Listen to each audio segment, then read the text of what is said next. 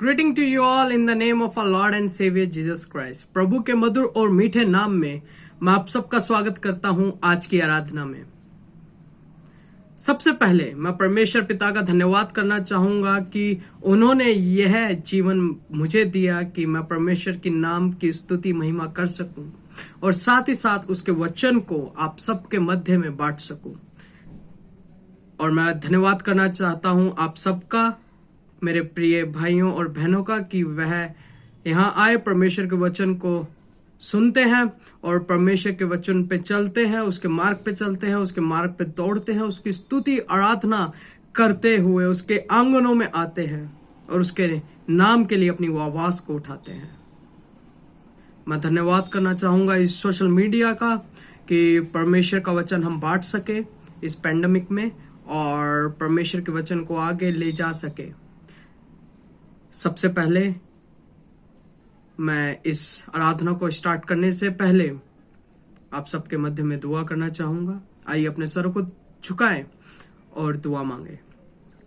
परमेश्वर पिता, एक बार फिर आपके चरणों में आते हैं पिता, धन्यवाद के साथ आपके आंगनों में आते हैं पिता, और दुआ करते हैं कि जो कुछ आज हम सीखते हैं वो आपकी आत्मा से हो पिता, और मुझे एक वेसल बनाइए कि मैं आपकी आत्मा से बोल सकूं। आप मुझसे बात कीजिए और मेरे द्वारा अपने लोगों से बात कीजिए। हर चीज को आपके हाथों में सौंपते हैं, आज के स्क्रिप्चर को, आज के वचन को आपके हाथों में सौंपते हैं और ये छोटी सी दुआ आपके पवित्र और जलानी नाम से मांगते हैं। सुनिए और ग्रहण कीजिए। आमीन। The scripture portion is selected from the book of Hosea. जो आज का वचन हमने लिया है वो पाया जाता है होशे की पुस्तक से, होशाया, एंड इन हिंदी होशे चैप्टर 2 वर्स 16 to 20। अगर आपके पास पवित्र शास्त्र है तो आप मेरे साथ खोल सकते हैं। होशे चैप्टर 2 वर्स 16 to 20। आइए हम सब पढ़ें।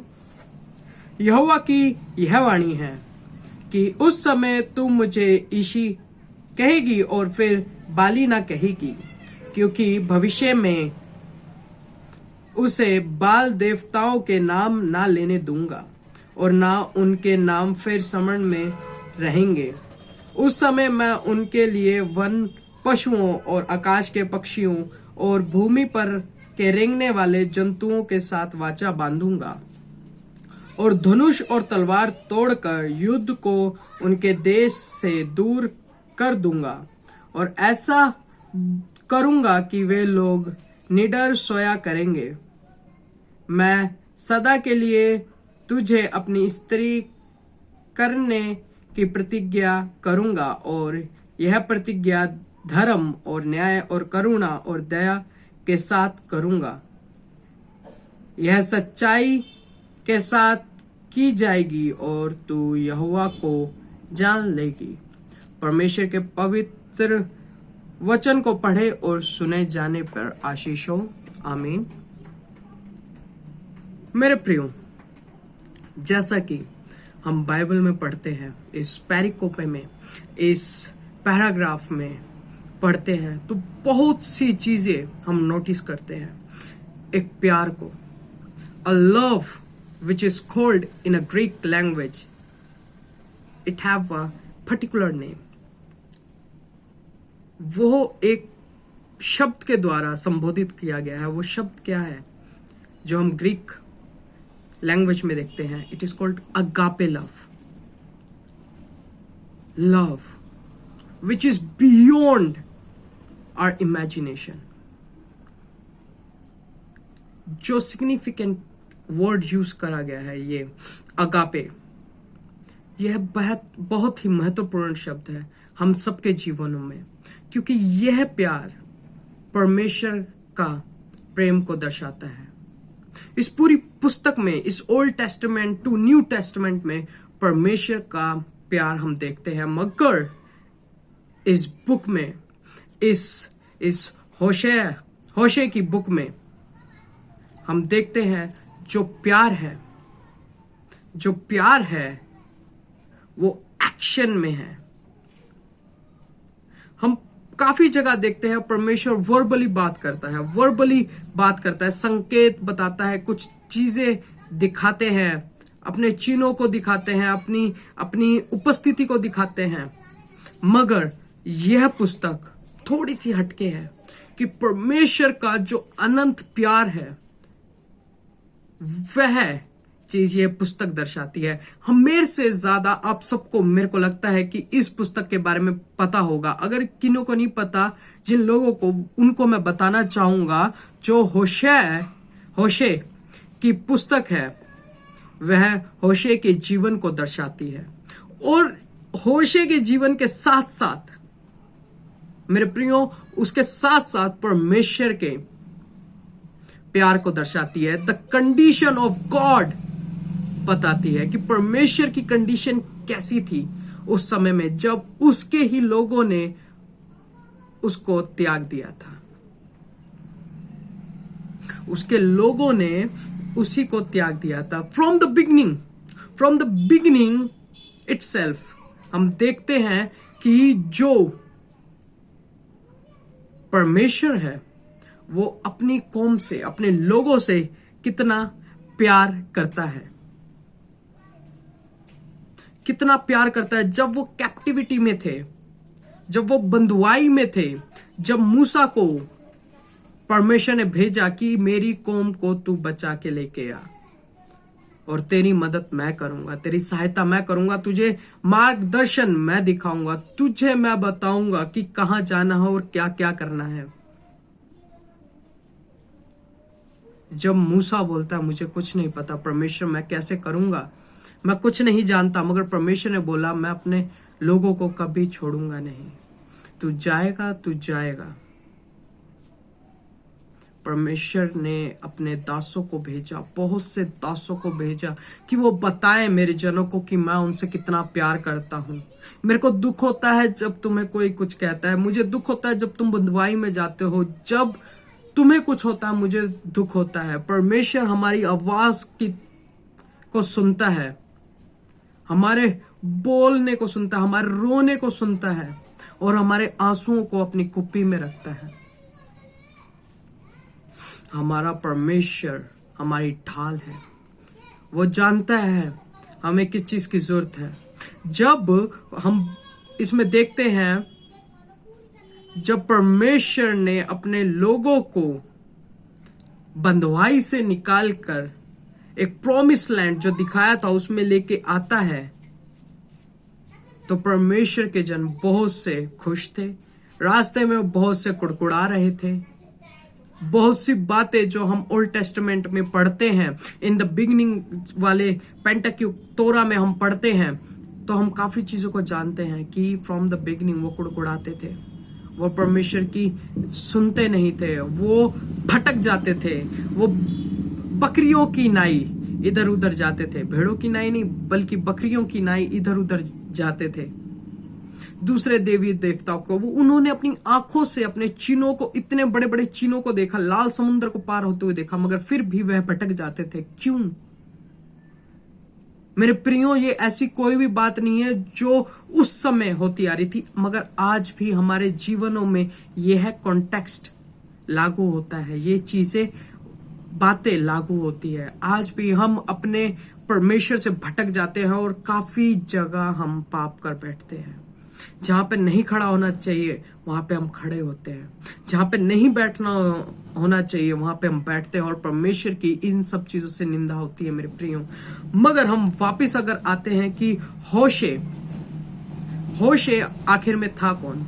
According to the Bible, according to the scholars और अर्लियर फादर्स की अगर हम बात करते हैं, वह इस पुस्तक को, इस प्रॉफिट को, जिन्होंने ये बुक लिखा होशे को, एक माइनर प्रॉफिट करते हैं। माइनर इन द सेंस ये नहीं कि उन्होंने परमेश्वर का थोड़ा अकॉर्डिंग टू मेजर प्रॉफिट उन्होंने छोटा काम करा, ऐसा कुछ नहीं है, बल्कि ये बुक थोड़ा छोटा है इसलिए इन्होंने इसको माइनर प्रॉफिट कहा गया है। मेजर और माइनर का कोई नहीं है, परमेश्वर के दास है, परमेश्वर के लोग हैं, मगर इन्होंने हर चीज को एक्शन में करा है। अपने जीवन से उन्होंने परमेश्वर की सिचुएशन को बताया है। मेरे प्रियो, परमेश्वर की सिचुएशन को बताना कि उसको कैसा लगता है जब उन्हीं के लोग उन्हें छोड़ देते हैं, जब वो प्यार करते हैं। अगर हम इनके जीवन से देखते हैं, होशे के जीवन से अगर हम देखते हैं, तो क्या सीखते हैं कि परमेश्वर ने उनको बोला, होशे को बोला कि जा तू विवाह कर। किससे विवाह कर? उधर एक टाइटल दिया है। अगर इंग्लिश में बोले तो प्रोस्टिट्यूट, हिंदी में बोले तो वेश्या। उससे जाके शादी करने के लिए बोला। मैं जानता हूं अगर हम में से काफी लोगों को ऐसी कॉलिंग आए तो it is very hard to follow,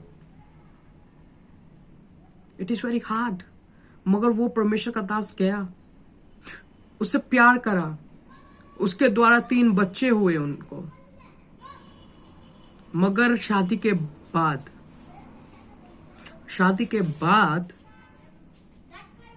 वो फिर भी उसको धोखा देती है।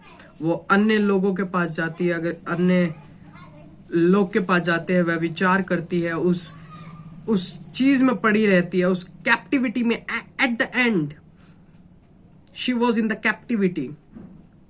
वो बंधुआई में चली गई थी, उसको बेच रहे थे, उसकी बिड हो रही थी, उसकी बोली हो रही थी, जैसा कि हम बाइबल में देखते हैं। वहां से भी होशे उसे वापस लाता है, उसको वापस से अपनी पत्नी बनाता है।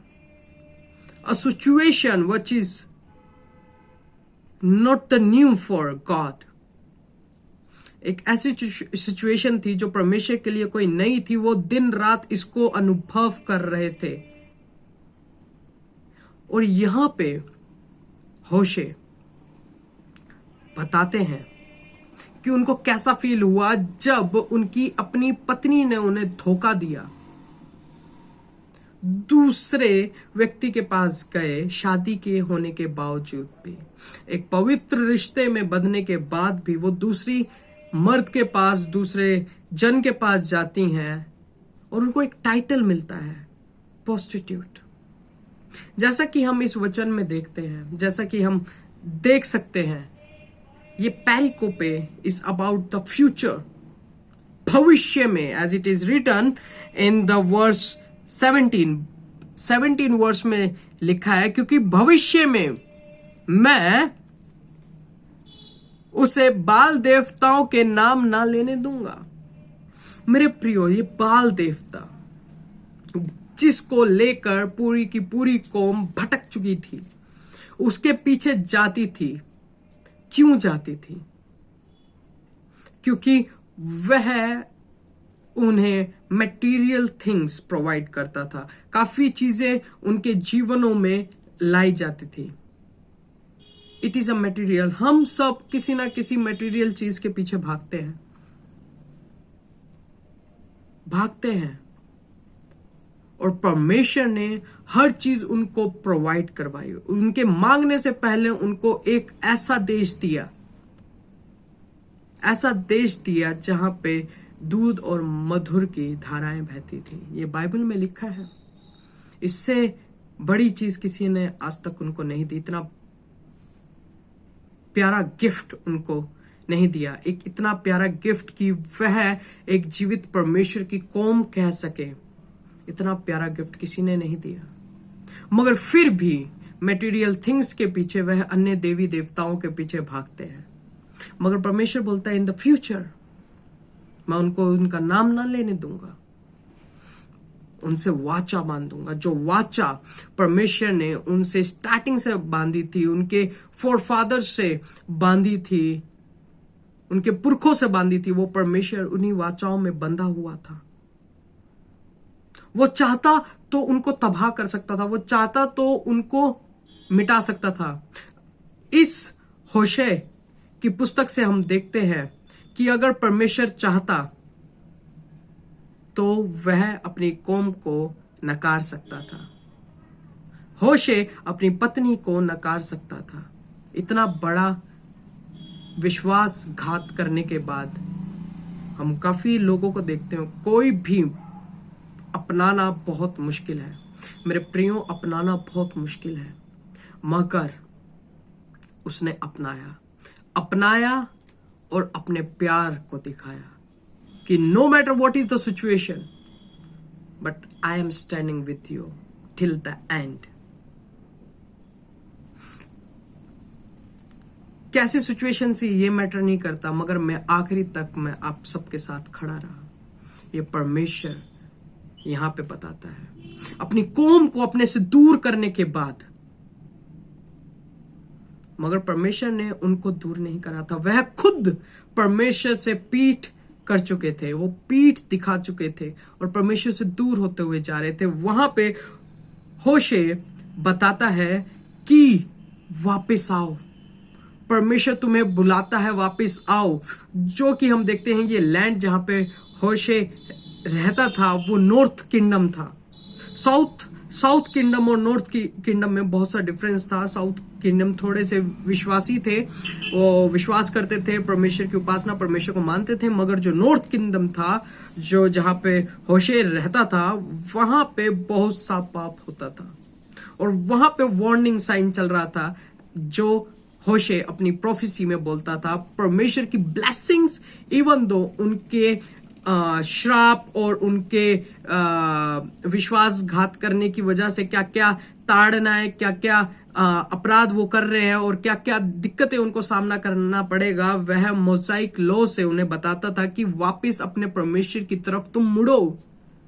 क्योंकि लोग परमेश्वर से भटक चुके थे, अपने मार्ग से भटक चुके थे और अपने परमेश्वर की तरफ नहीं बल्कि अन्य देवी देवताओं की तरफ वो देखते थे, हर रिसोर्सेज की तरफ। और वह बोलते हैं कि परमेश्वर हमारा परमेश्वर नहीं, वह लोग ये बोलते थे, हम इसको नहीं जानते। ये कहां से डिवीजन आया मेरे प्रियो, ये कहां से ये चीजें आई जो हम इस पुस्तक में देखते थे। और बहुत से लोग आज भी एक मसीह जीवन जीने के बावजूद भी अपने आप को डेडिकेट नहीं कर पाते अपने परमेश्वर के लिए। परमेश्वर यहां पे रोता है। हम इधर सिचुएशन देखते हैं कि परमेश्वर इतना दुखी कैसे, वह चाहता, मैं स्टार्टिंग से बोला, अगर वह चाहता तो 2 मिनट में, इन द सेकेंड, सब कुछ तबाह कर सकता था, वो भी पीठ कर सकता था, मगर उसने अपना प्रेम दिखाया, अपनी सच्चाई, अपनी बढ़ाई, अपना एवरलास्टिंग लव दिखाया और अपनी कौम को वापस अपनाया। जब उन्होंने परमेश्वर की तरफ अपनी आंख उठाई, अपनी जुबान से अंगीकार करा, अपनी जुबान से परमेश्वर को दोबारा बुलाया, परमेश्वर ने उनकी सुनी मेरे प्रियो, परमेश्वर ने उनकी सुनी और उसको उन सबको अपनाया। यहां पे भी हम यही चीज देखते हैं, परमेश्वर का जो प्रेम था, it is not only just a feeling, it is an action. ये एक्शन जो हम उनके जीवनों से देखते हैं, परमेश्वर ने जो होशे के जीवन से दिखाना चाहा वो उन्होंने दिखाया। कि एक पत्नी थी, वो वैश्या बन चुकी थी, वो दूसरे लोग के पास गए, दूसरे जन के पास गई और व्यभिचार करा, मगर एट द एंड उसने उससे इतना प्यार करा कि उसको वापस अपनाया, उसको घर पे लेके आया, उसको प्यार किया। बहुत बार ओल्ड टेस्टामेंट में परमेश्वर की चुनी हुई कौम भटकी, बहुत बार वो कैप्टिविटी में गई, बहुत बार उन्होंने बहुत सा चीजें झेली। क्यों? क्योंकि वह लोग भटक चुके थे। कोई किसी के लिए मेरे प्रियो गड्ढा नहीं खोदता, हम अपने लिए अपना गड्ढा खुद ही खोदते हैं। हम अपने लिए अपना गड्ढा खुद ही खोदते हैं मेरे प्रियो, और उसी में ही गिरते हैं। वो परमेश्वर से दूर हुए, मगर परमेश्वर यहां पे दूर नहीं हुआ, परमेश्वर उनकी राह देखता रहा। जैसे हम न्यू टेस्टामेंट में देखते हैं कि एक बाप अपने बेटे की राह देखता रहा।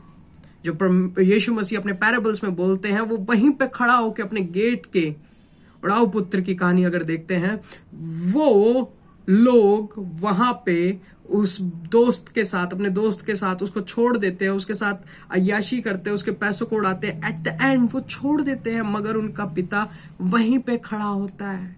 At the door his father was standing and waiting for his son to come back.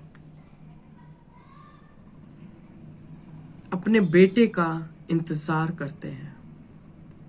जो हमारा बाप है वो अभी भी हमारा इंतजार करता है कि हम वापस आए, हम वापस आए। और इस पुस्तक में, होशे की पुस्तक में, हम देखते हैं कि परमेश्वर चाहता है कि हम वापस मुड़े और परमेश्वर की राह पर चले। जैसा रिलेशनशिप इन द बिगिनिंग हमारे साथ था, वही रिलेशनशिप वो चाहता है, वही प्यार वो चाहता है, वही प्यार हमें करना चाहता है। और हर चीज जिसकी हम उम्मीद लगा के रखते हैं, उससे बढ़कर वो देगा। नॉट स्मॉल मगर बिग। मगर प्यार का कोई मोल नहीं होता मेरे प्रियो। वो प्यार बहुत ही प्यारा है, जिससे हम कई बार दूर हो चुके हैं। बहुत से लोग हमसे दूर हो चुके हैं। ये पुस्तक एक आशा की किरण उन लोगों को दिखाता है, एक आशा की किरण उन लोगों को दिखाती है जो परमेश्वर से दूर हो जाते हैं, मगर फिर भी परमेश्वर उनको अपनाएगा, क्योंकि वह उनकी कौम है, उनके जन है। क्या परमेश्वर की दुहाई, क्या परमेश्वर को हम पुकारे, क्या वो हमारी नहीं सुनेगा? परमेश्वर का वचन बोलता है, चाहे मैं घोर अंधकार की तराई से भी होके गुजरूं तो भी मुझे कुछ नहीं होगा, क्योंकि वो मेरे साथ है। ये वायदे जो परमेश्वर ने हमारे साथ करे, जो वाचाएं हमारे साथ बांधी, वो आज भी हमारे जीवनों में उतनी ही महत्वपूर्ण है जितनी कि उस समय थी ओल्ड टेस्टामेंट में। वो ही परमेश्वर है जिसने लाल समुद्र को दो हिस्सों में बांटा। क्या वो परमेश्वर आज भी हमारे जीवन में वैसा ही काम नहीं कर सकता? वही परमेश्वर है मेरे प्रियो, जिसे हम बाइबल में देखते हैं। हमारे बाइबल में हम उनके प्यार को हम देखते हैं और सीखते हैं कि ऐसा प्यार मैंने कभी नहीं देखा, मैंने कभी भी नहीं देखा। और होशे की पुस्तक ऐसी पुस्तक है जिसमें एक एक्शन होके दिखा रहा है। उसमें एक एक्शन ऐसा चल रहा है कि ड्रामा, एक रोल प्ले हो रहा है कि होशे परमेश्वर का रोल निभा रहा है और गोमर उसकी वाइफ, एक प्रोस्टिट्यूट जो पूरी इज़राइल का रोल निभा रही है। कि होशे अपने पत्नी को उससे दूर होते हुए देखता है, अन्य लोगों के पास जाते हुए देखता है, तो उसको तकलीफ होती है, दर्द होता है कि मेरे वाइफ, मेरी जो पत्नी है वो दूसरे लोगों के साथ है। हम सहन नहीं कर सकते। वैसे ही परमेश्वर के साथ है। परमेश्वर रोता, परेशान होता कि मेरे जन मेरे से क्यों दूर है। उसका प्यार, वो परेशान, वो दुख में अपने दुख को होशे के जीवन से दिखाता है, झलकाता है विद एक्शन। फिर उसको अपनाता है जब उसको सारे लोग रिजेक्ट कर देते हैं। फिर भी परमेश्वर अपने प्यार से उसको उठाता है, घर पे लेके आता है, फिर से एक टाइटल देता है, एक वाचा बांधता है। वाचा किस किस चीज की? जैसा कि हम देखते हैं, एक धर्म की, न्याय की और करुणा की साथ वो वाचा बांधता है। और कोई भी चीज इस प्यार को हमसे छीन नहीं सकता। ये खाली सिर्फ बातें नहीं थी उनके जीवनों में, इट इज एन एक्शन जो चल रहा था। और न्यू टेस्टामेंट में जैसा कि हम देखते हैं, ए ब्यूटीफुल लाइफ हमें मिलती है।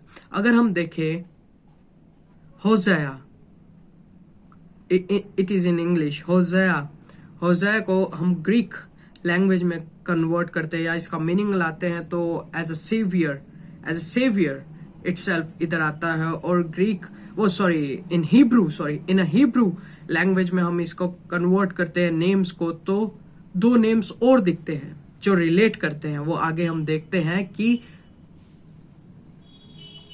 यशुआ और जोशुआ, ये दोनों नाम होसेया से रिलेट करते हैं। एक ही चीज से ये निकले हुए शब्द हैं। और जैसा लिखते हैं as a saviour in the New Testament, Jesus is our saviour, हमें वापस से अपनाते हैं। इधर एक चीज हो रही है, एक एक्शन हो रहा है जो न्यू टेस्टमेंट में एज इट इज हम देखते हैं कि परमेश्वर की कौम को यीशु मसीह वापस लेना चाहता है, उसको वापस उस रास्ते पे, उस कैप्टिविटी, उस चेन से, उस बैरियर से जो एज अ ट्रेडिशन अपनी कौम के पैरों में देखता है, उसको तोड़ना वो चाहता है। हम कई बार कई सी चीजों में, कई से ट्रेडिशन, कई रिचुअल्स में हम बंधे होते हैं, मगर हमें इन सब चीजों से आजाद होना है। एक स्पिरिचुअल लाइफ में, एक स्पिरिचुअल वारफेयर में उतरना है कि परमेश्वर की मार्ग में हम चल सके, परमेश्वर की ज्योति में हम बढ़ सके, परमेश्वर की उपस्थिति में हम अपनी जगह को बना सके। परमेश्वर हमें ग्रहण करेगा मेरे प्रियो। उसने हमें त्यागा नहीं, उसने हमें छोड़ा नहीं, उसने हमें एज इट इज अपनाया। यीशु ने एक रास्ता दिखाया, हेवन का, स्वर्ग का, किंगडम ऑफ गॉड, जो रास्ता हमें दिखाया। और जिसने उस पे विश्वास करा, उसने उस किंगडम को अपनाया, उसमें प्रवेश करा और यीशु के साथ रहा, चला, उस मार्ग पे चला। वो एट द एंड उस जीवन को प्राप्त करने वाला निश्चयी होगा। मेरे प्रियो, मेरे अजीजों, आज के दिन हम बहुत से जीवनों को गलत राहों में, गलत चीजों में बढ़ते हुए हम देखते हैं और बहुत सा दुख उनके जीवनों में देखते हैं, मगर परमेश्वर ऐसा नहीं चाहता। परमेश्वर एक बाप की तरह दरवाजे पे खड़ा है, हमारा इंतजार कर रहा है। वो चाहता है कि हम उसकी तरफ मुड़े, वो चाहता है कि हम उसकी तरफ बढ़े और चलते चलते उसको गले लगाए और बोले, पिता हमें माफ कर, हम भटक गए थे, हम तकलीफ में थे जब हमने आपका साथ छोड़ा। मेरे प्रियो, मैं बहुतों को जानता हूं जिन्होंने अपने रास्तों को गलत रास्तों पे उतार दिया, अपने सही ट्रैक पे जाते जाते एक दूसरा टर्निंग पॉइंट देखा, उस पे उतरे जो गलत रास्ता था। और कई लोग गलत रास्तों से सही रास्तों पे आए। परमेश्वर ने उनसे पूछा, उनसे प्यार करा, उनको अपनाया, उनके जीवनों में आशीषें दी, बहुत आयत से दी उनके जीवनों को। मेरे प्रियो देखो, मटेरियल थिंग्स नेवर मैटर। हम अंदर से खुश होना चाहिए। अंदर से अगर खुश होंगे तो हमारी पूरी की पूरी बॉडी खुश होगी। किसमें? परमेश्वर की उपस्थिति में। मेरे प्रियो, परमेश्वर की उपस्थिति ही एक ऐसी उपस्थिति है जिसमें हम अपने आप को सुरक्षित महसूस करते हैं। परमेश्वर बहुत दुखी था मेरे प्रियो, और आज भी परमेश्वर बहुत सी चीजों के लिए दुखी होता है। एक एक जान के लिए, एक एक व्यक्ति के लिए परमेश्वर दुखी होता है जब वो अपने जीवनों से कुछ पाप को करते हैं, उसके राह पे नहीं चलते, एक दूसरी राह पे चल बैठते हैं जो उसकी नजर में गलत है। मेरे प्रियो, एक टर्निंग पॉइंट आज भी आपका वेट कर रहा है। एक साइन उस मार्ग में लगा हुआ है कि मेरे प्रियो, मेरे बच्चों, वापस मुड़ो। वो साइन एक पिता की तरफ से है, वापस मुड़ो, क्योंकि अंत में इसके आगे कुछ नहीं।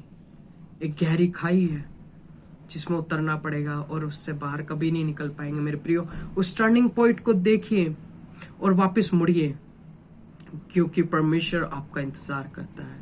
अगर हम न्यू टेस्टामेंट में हम देखें, जेम्स की बुक में चैप्टर 4 वर्स 8 में, उसमें क्या लिखा है? Come close to God and God will come close to you.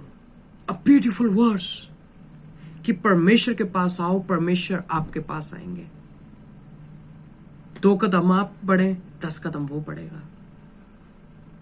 कोशिश कीजिए मेरे प्रियो, कोशिश कीजिए कि अपने जीवनों को हम बचाएं, अपने जीवनों से परमेश्वर की आराधना, परमेश्वर की उपासना, परमेश्वर की सच्चाई और बड़ाई में बढ़ सके।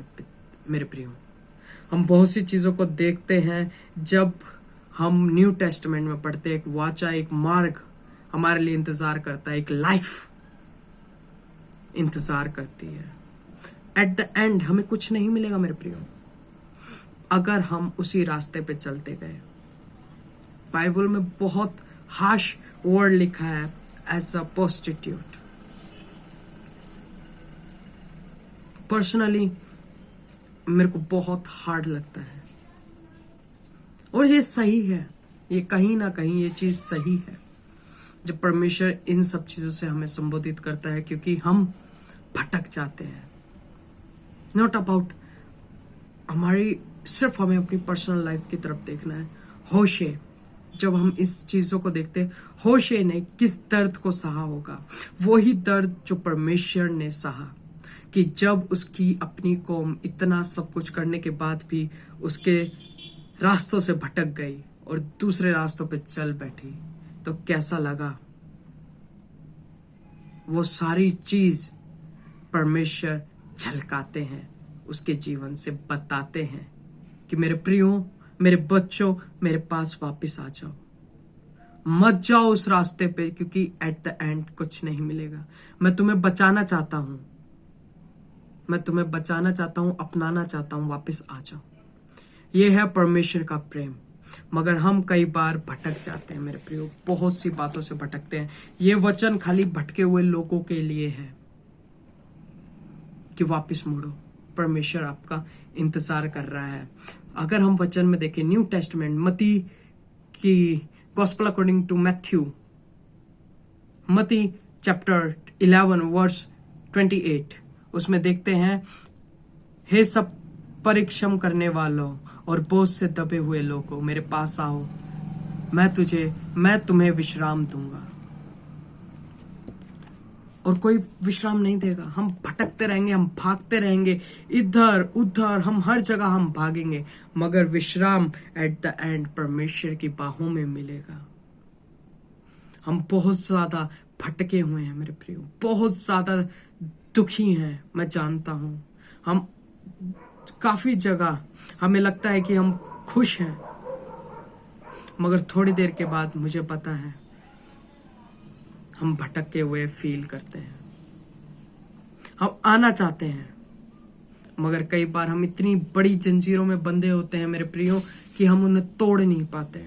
मगर जीसस, यीशु इसलिए आया कि वह इन सब जंजीरों को तोड़ सके और हमें परमेश्वर के प्रेम से एक कर सके। जैसा कि हम रेवलेशन 3:20 में हम देखते हैं और पढ़ते हैं, प्रकाशित वाक्य 3 वर्स चैप्टर 3 वर्स 20 में, देख मैं द्वार पर खड़ा हुआ खटखटाता हूं, यदि कोई मेरा शब्द सुनकर द्वार खोलेगा तो मैं उसके पास भीतर आकर उसके साथ भोजन करूंगा और वह मेरे साथ। मेरे प्रियो, वह हमारे डोर पे खटखटाता है, वो दरवाजे पे खड़ा है। मेरे प्रियो, अपने दिलों का दरवाजा खोले, परमेश्वर को आने दे, परमेश्वर को आने दे और देखिए वह आपके जीवनों में कैसा कार्य करता है। उसके साथ रहिए, उसके साथ आगे बढ़िए, उसके साथ जिए। जिंदगी बहुत आसान और बहुत प्यारी लगेगी। Not about the material things, maybe there will be a lot of challenges, I know it is not a easy वे।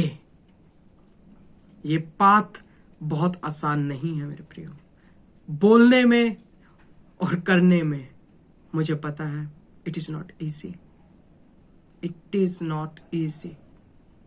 जब हम सेकुलर लाइफ में होते हैं, मुझे पता है बहुत से लोग दुखी हैं, even though in a spiritual way also बहुत से लोग बहुत दुखी हैं, मगर हमें परमेश्वर की आशीषों में धीरज रखना सीखना होगा। अपने डिजायर्स को काबू करना सीखना होगा। अगर हम अपने डिजायर्स को काबू नहीं करेंगे, वो हमारे लिए एक मिजरी ही क्रिएट करेंगी, एक परेशानी, एक तनाव की चीजें ही क्रिएट करेंगी। मगर परमेश्वर उन सब तनाव से हमें छुटकारा दिला सकता है, निजात दिला सकता है। मेरे प्रियो, उसकी तरफ मुड़िए, उसकी तरफ देखिए, उसकी आवाज की तरफ सुनिए। वो अपनी भेड़ों को अपनी आवाज से बुलाता है। उसकी आवाज की तरफ अपने कानों को लगाइए, अपने मनों को लगाइए, अपने मनों को फिराइए। वो देखिए, वो द्वार पर खड़ा हुआ खटखटाता है, और अपने दिल के द्वार को खोलिए और उसको अपनाइए। जैसा कि हमने देखा, आज यह कॉन्टेक्स्ट जो हम ओल्ड टेस्टामेंट में देखते हैं, होशे की पुस्तक में, कि परमेश्वर ने ऐसा प्यार दिखाया, ऐसा अनंत प्यार दिखाया। हम भटके हुए थे, फिर भी हमें अपनाया। हम बोलने लायक नहीं थे कि हम आपके पुत्र और पुत्रियां हैं, फिर भी उसने हमें अपनाया। पापियों की नाई हम इधर उधर भटके हुए थे, फिर भी उसने हमें अपनाया। एक टाइटल दिया कि हम उसके बेटे और बेटियां हो सके। मेरे प्रियो, ये इजी टास्क नहीं, मुझे पता है, मगर हमारे जीवनों को बचाने के लिए हमें इस राह पे चलना जरूरी है, क्योंकि मार्ग, सत्य और जीवन यीशु ही है। आइए हम अपने सरों को झुकाएं और दुआ मांगें। प्रभु जी पिता, एक बार फिर आपके चरणों में आते हैं, धन्यवाद करते हैं सुंदर वचन के लिए जो आपने हमारे जीवनों में रखा, हमारे हृदय रूपी पट्टियों पे लिखा। खुदा, धन्यवाद करते हैं कि हम जान सके आपके प्यार को, एक गहरे प्यार को जिसे हम सीखना चाहते हैं, जिसे हम पाना चाहते हैं पिता, और एक दूसरे को बताना चाहते हैं कि हम एक दूसरे को उठाएं और चलाएं। अगर जो गिरता है उसको सहारा देके फिर से उठाएं पिता, किसी को गिराए नहीं। चलना सिखाए, दौड़ना सिखाए आपके रास्तों पे, और आप हमारी मदद करेंगे। एट द एंड हमें गले लगाएंगे, मुझे यकीन है, क्योंकि आपका रास्ता सच्चाई और पवित्र मार्ग है। आप हमारा इंतजार करते हैं। धन्यवाद करते हैं आपके प्यार के लिए, आपके धीरज के लिए, कि अगर हम पाप भी करते हैं तो आप धीरज रखते हैं कि ये लौटेगा। पिता, हमारे हृदयों को मजबूत कीजिए कि हम आपके रास्तों पे चल सके। मुझे पता है बहुत सी तकलीफें हमारे सामने आएंगी, बहुत सी लोग हमारी ताड़ना करेंगे, बहुत से लोग हमें चुभते हुए शब्द बोलेंगे, मगर पिता, हमें अपने दिलों पे धीरज रखना है और आपके वचनों पे चलना है। हमें शांति दीजिए कि हम अपने हृदय को एक धीरजवंत हृदय बना सके, और आपके प्यार को हम दूसरों तक पहुंचा सके। हर चीज के लिए आपको धन्यवाद करते हैं, इस प्रार्थना सभा के लिए, इस वचन के लिए हम आपको तहे दिल से धन्यवाद करते हैं। सारी आशीषों के लिए आपका धन्यवाद करते हैं। ये छोटी सी दुआ आपके पवित्र और जलानी नाम से मांगते हैं, सुनिए और ग्रहण कीजिए। आमीन, आमीन, आमीन। Thank you everyone. परमेश्वर में बने रहिए।